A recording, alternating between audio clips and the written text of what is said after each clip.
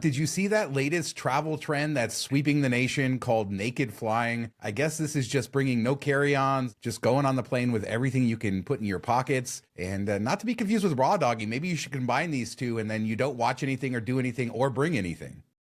Raw dogging naked flying. I mean, you kind of have to raw dog it if you're going to naked fly because unless you can fit it in your pocket, you're not supposed to bring it. But I guess you have your phone, you could watch something on your phone or whatever. But when I first saw the headlines, I was like, naked flying. Oh, Hooters Airs is back. You know, it's crazy is I saw some versions of this where people are bringing bags. Isn't that just what every Spirit or Frontier flyer has been doing forever? Small backpack? That doesn't Yeah. count. Every trip I take is with a backpack. That's just stupid. You're just mad I didn't laugh at your Hooters joke. Yeah, true. Jerk.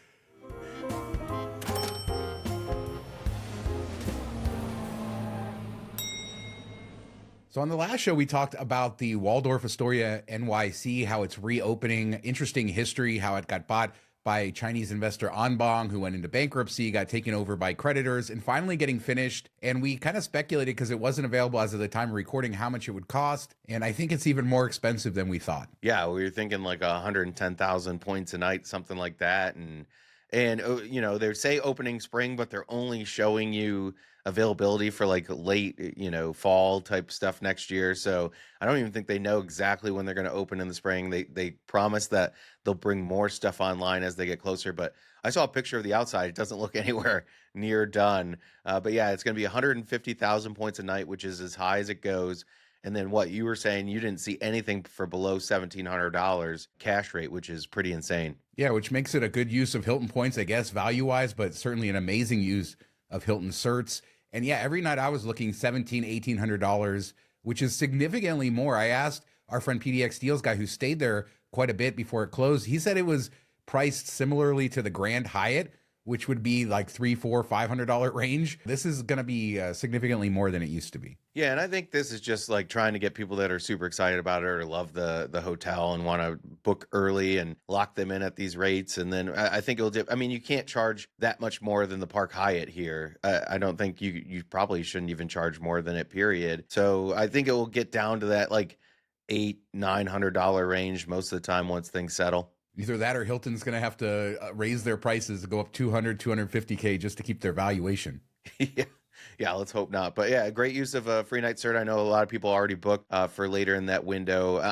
I'm still earning some, so I might try to sneak it in whenever they open up more award space towards the earlier part of the calendar. So we'll have to see when that comes online. But yeah, they definitely still have some work to do on the outside from the picture I saw. So another day, another Boeing whistleblower story. And over the last few years, we've been following Boeing and all of their trials and tribulations. And basically, a company that has cut corners and they just haven't taken our faith in them and done good with it. But the whistleblower is saying that they're taking parts that are bad, that are kind of set aside because they don't meet compliance standards, and they're putting them on planes. There's pressure to get planes out the door, all kinds of stuff. And it makes you not want to fly on a Boeing plane. Every single time one of these whistleblowers comes out, we hear some really bad stuff and makes you wonder if this will ever change. Yeah, like what's the culture going on there that they've, killed hundreds of people by being negligent, essentially, and now you're still getting these types of things. You've had other issues throughout the year. Like it seems like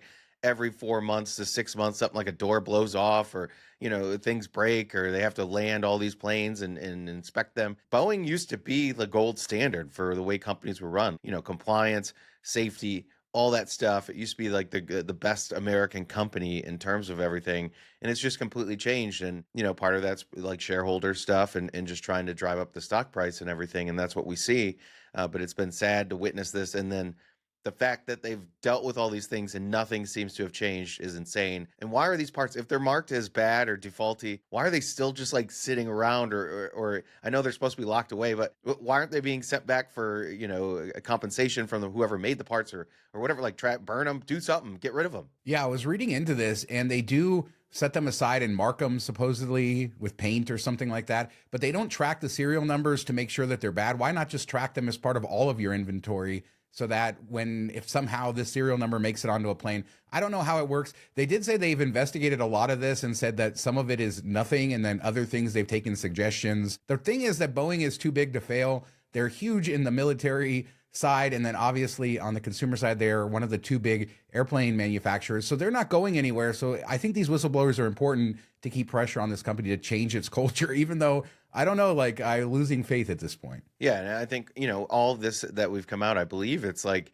they almost self-govern themselves. They send the stuff to them, they're like, okay, sounds good. And it just blows my mind how intertwined government agencies are with these private companies, and like basically how they allow them to do whatever. And we've seen it in the oil industry, in the airline industry, in Wall Street, like all these types of things. It's so dirty and it commingled. I don't know what the fix is, but this has been crazy to witness unfold. And we all make jokes about this growing up and stuff, like, but all of it has come to reality, and it kind of blows my mind. So let's move on to something nerdier and more exciting. Hyatt luxury properties. And Hyatt is always popular among people in this space because of their loyalty program and the ability to get great benefits on property and chase ultimate rewards, all of that. And we love luxury hotels. They've expanded a lot, it seems like, over the last few years, adding a bunch of brands. When Hyatt's building their own properties, it seems like it's a ton of Hyatt places and stuff like that. But 50 new luxury properties coming online in the next couple years, including tons of Park Hyatts, Mexico City, Cancun, Taipei, Johannesburg, Kuala Lumpur. You have a new Alila in Dongao Island, tons of new Andazes, one in Doha, Lisbon. Yeah, just tons of properties coming. I'm very excited. I always get nerdy when they release these lists. These are my favorite types of press releases.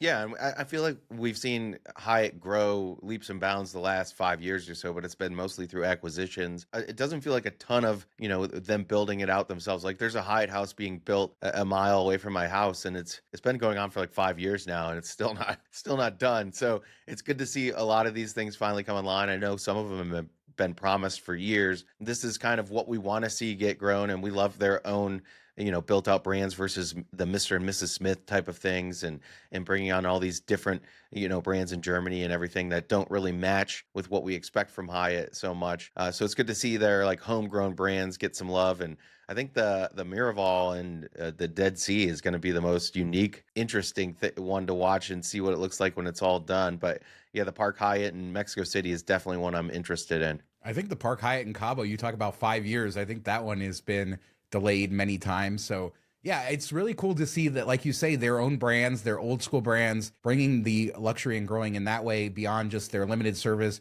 and acquiring new stuff. It's fun to have new stuff, but you can only have so many all inclusives. We need regular hotels in cool cities, and Lisbon is exciting. That's a city that's sort of growing leaps and bounds, but doesn't have the hotel infrastructure yet. So there is a great Hyatt Regency there. But like I said, I nerd out over all this stuff and love to see the pictures, the renderings, and dream about going to these places. Yeah, and that's the fun of it, and guessing what they're going to cost and stuff like that, and seeing where they end up. And a lot of times we see them underprice them when they first come out. So like the first 6 months, 8 months is kind of a good time to jump on the bandwagon with these things. Oftentimes, sometimes they overprice them, but most of the time they shoot a category or two too low.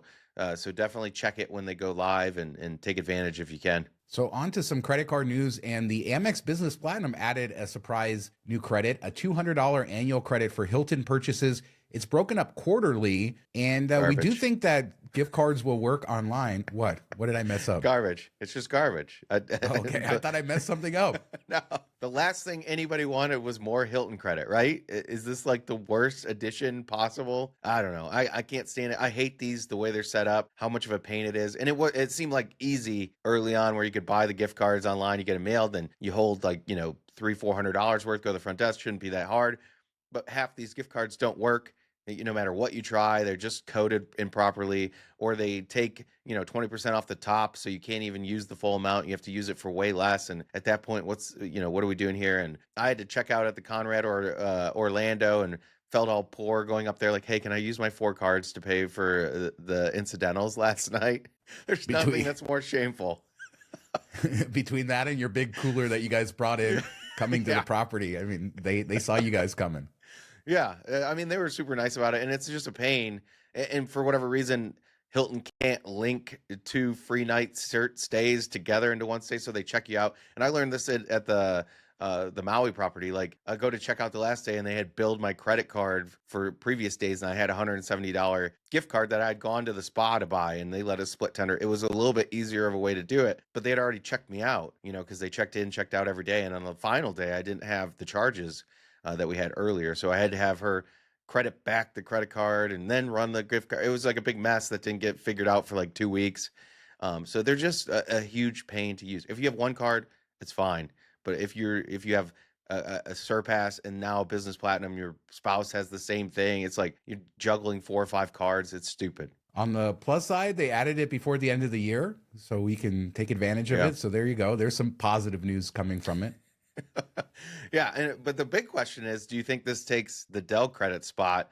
It was supposed to end at the end of this year, or not supposed to, but it was dated to end at the end of this year. They re-upped it, but only until July 1st of next year. So you're not going to get the second credit next year unless they renew it. But why would you only renew it for 6 months unless this was going to slide in and take its place? So moving on, a Alaska Airlines premium card may be coming. Gary left from View from the Wing talking about what it might have, and they have a sign up where you can put your name on the list, so they will let you know about it. You can get 500 miles just for signing up for that, and then 5,000 bonus miles if you do get this card when it comes out. We don't know what the welcome offer will be, but some of the features: a global companion award certificate, 3x miles on all eligible foreign and dining purchases, faster pass to elite status, waived award ticket fees, Alaska lounge passes and Wi-Fi vouchers, and supposedly $395 annual fee. I am not lining up for this one. Yeah, I think it all depends on the bonus. If if the bonus is 100,000 miles, let's say, I think people will grab it. 100,000 miles for $400. Plus, if you can use a companion cert, that will probably offset most, if not all, of the annual fee. So I could see it grabbing for that. I don't know that it's a good long-term card the way at least we think it's going to be set up. Unless Alaska changes things and it takes on more of the American Airlines type of situation where you can spend the way to status and it makes a lot of sense with this card, then maybe that's like an option where it's better to spend on Alaska since they're partners, and you use your Alaska status on American and stuff. So it'll be interesting to see that breakdown when it comes out, but I'm not overly excited for this. All the airline cards, the most premium card is not usually the best that they offer. Yeah, a lot of times they come with lounge access. This one doesn't seem to. It maybe passes, but a lot of it is going to come down to the actual benefits and how they're implemented and what they come up with to try to be unique and some of the perks. So we don't really know, but these cards are always really for somebody who's hardcore into the airline, not really for the casual person. Yeah, I think it's aimed at more perks. The earning is usually not great or anything like that long term outside of the bonus. So it's not a great spend card. It's just like like the Delta Reserve is, you get a little bit more priority on upgrades, you get the lounge access, things like that, and perks. And it's all about perks for the airline. Same with the American Airlines card, where you get lounge access with it and stuff, and United, and none of it is like a great card to use for everyday spend or anything like that. So you wrote an article this week how booking a $900 hotel is actually saving you money. This is really an update on Universal Express and everything we talked about with my Universal Orlando trip. We did a whole thing on the MTM Travel podcast. People can check out if they want to know more about my stay there and everything. But yeah, so you did it. You booked it. Yeah, I booked it. I don't know how it's going to play out as far as American Express. For whatever reason, I caught in one of their weird glitches in the Matrix where it doesn't properly code for things. And it's been, I think, like 14, 15 days now, and I still haven't gotten the credit. Usually you get the credit within a couple days. It's slower towards the end of the year, but usually by like day 11, you should for sure get it. But, just to break it down a little bit, the price for the hotel was like $920 some. The price for the unlimited express pass for 4 of us was $920 or something. It was a little bit cheaper. But by going this route, we get the hotel stay essentially for free, let's say, if we were going to buy the express passes anyway. Then using Amex FHR to book it, which it only has one of the 3 hotels available right now, or at least for the dates I booked, I get the $200 credit on my Platinum card, or should. You get $100 dining on property to use, or to use on anything on property, essentially. Bill it back to your room. And then you get the breakfast, which is worth like another $60. So I was able to knock it down, if you value all those things at 100%, to down towards the low $500 range, which is, pretty amazing. And we get the hotel stay on top of all of that. Yeah, and Express Pass is 2 days if you were to go to the park, 2 days the day you check in and check out. So Yeah, this is one of those examples where it is expensive, but the experience you're getting is great. I mean, I just went through the parks with the Express Unlimited. It is incredible. It's a whole different experience, and it makes me not want to go back to the regular way.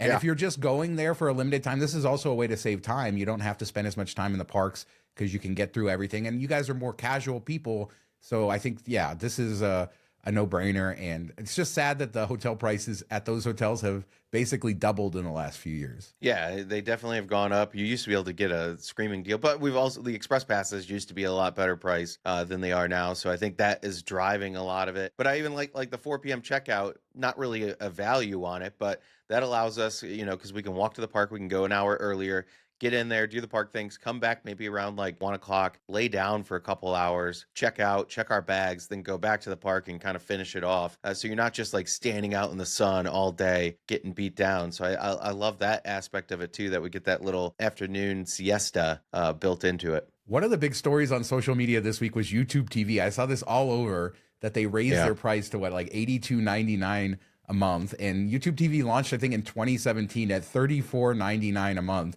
So basically, it just turned into a regular cable subscription. Yeah. You add in all of our other streaming subscriptions, and feels like we're paying more than ever for entertainment, even though the promise was that we would pay less. And you have an article on how to save on YouTube TV because it is a really great service. It works wonderfully. Yeah, I really enjoy it. I mean, when I signed up, it was in this low $60 range, I think, which I think adds value. Right now, it's about what I was paying for cable, so it doesn't seem all that beneficial. The one good perk for us is that you can use it anywhere. So when we're traveling, we watch it. When we go to the cottage, we can use it up there, versus having to pay cable packages for two places. It does help you. It's more versatile. So things like that. So I think it is better than cable, even if it's the same price. But we've seen them jack up the price, by about $10 every year for the last several years. So it's like, are they going to keep going up? And when does it stop? Maybe it never does. But yeah, the way you can do it is Google Play gift cards, because YouTube's owned by Google. Their setup isn't the best for a tech company. Their website's garbage, but I go through like the step by step of how to set this up and how to check it. And man, I just hate their back end. You think you'd be able to just look at recent bills and easily tell what was happening, but it's not the easiest setup. But if you buy those Google Play gift cards at a discount by using Amex offers, like that Lowe's Amex offer, you could get $200 in Google Play cards for $150 after the credit. There you go. There's 2 months or over 2 months that you're getting, $50 off. They have Amex offers for actual YouTube TV that you can use and get discounts that way. I love the Target Circle rewards thing that we talked about a couple episodes ago, where they give a deal like spend $100 3 times and get $30 in Target bucks. Well, I use that to buy Google Play gift cards with my Target Red card, knocks the 5% off, still counts towards the $100 requirement. So I'm getting them for 5% off. Then I'm getting the Target Circle rewards, which is another $30 back, or so it all adds up that you can get these discounted every month. And your article walks through exactly how to load the balance and do all of the crazy stuff there. So we'll put a link in the description and you can do it and save on your YouTube TV. Also look out, I think the time has passed for this year, but Hulu runs every year their 99-cent Black Friday deal. So that's how I've had Hulu every year. So there's always games to be played with these TV providers. And it seems like you need to play the games because, like I said, it's so expensive now. If you're subscribing to a few different streaming services plus something like YouTube TV, it all adds up so quickly. Yeah, I have Netflix and Hulu through my cell phone. It comes with like Sprint, or was Sprint, now it's T-Mobile, and it kind of grandfathered in or whatever. But I hate it because it comes with ads and I can't even pay like the difference to get the ads off. So I almost want to can we just get this off of my thing and charge me less so I can get no ads? I don't know. I hate commercials. Hate them. It's so funny because I do that Hulu deal every year and it is the ad supported version. And then I don't watch a lot on Hulu, but every once in a while I'll get into a show and then I'm watching the commercials and then I hate myself. I'm like, why did you do this and not do the full ad free version? But it's not worth it. But yeah, they got me all those ads. They make more money, by the way, so people know, off the ad versions now. And that's why they're trying to get people to do the ad supported versions versus the ad free versions. And so those ad free versions are getting more and more expensive because they want you to see the ads. The worst part is if you watch one Hulu show, you get the same 4 ads over and over and over again. Can we get some variety? I don't need to see this for the 5th time during this 30-minute period. It's so annoying. I hate it. Their ad setup is the worst I've ever seen. and that goes for most streaming services. But like, are you telling me you only have like 4 people that want to pay for your ads? Come on. And now let's move on to some cool trains. We talked about the Christmas train going around North America, and this is the longest train ride in the world. And it goes from Lagos, Portugal, all the way to Singapore.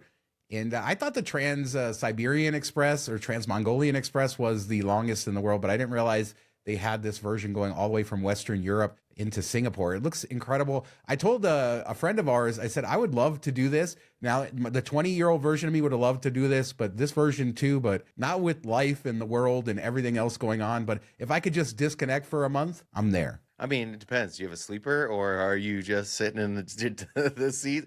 It sounds like maybe the difference between this one and that one, this sounds like it might not be like all on the same train. I don't know. Like you might have to they're talking about like getting off and spending the night. Maybe it's not like all the way through. It's kind of interesting in that way. And if you could build in stops where you get off the train, spend a couple days somewhere, get back on the train, I think that would be worthwhile. I would probably do it in that version. But if it's like you're just sitting on the train, raw dogging it, or naked training, or whatever the hell we're calling it for 21 days, no, thank you, no. I have done part of the Trans-Mongolian Express, the train from Beijing to Moscow, just in the Mongolia part, all up to Ulaanbaatar and stuff. And so there are sleepers, you are in a sleeper cabin. It is a lot of just empty countryside, but it doesn't move very fast at times. But it is a cultural experience. You are surrounded by culture, just going through all these countries and looking at this route, just all these amazing different places that you're going through. And it would be incredible, but not for the faint of heart, I suppose. Yeah, I think you need 7 visas or something to complete this, which is just crazy. And more visas, the better. Would you do this? Let us know in the comments if this train ride is for you. The new Alaska Premium Card. Are you excited about the Hilton Business Platinum credit, unlike Mark? Let us know in the comments. We do 2 shows a week. We do MTM Travel, our podcast on Mondays, talking behind all of our escapades, our travels, what we're doing in the space. And then this show on Wednesdays, 20-minute travel, all your news. Leave a comment, subscribe, support the channel. Thanks so much for watching. Talk to you next time. Have a good week, everybody.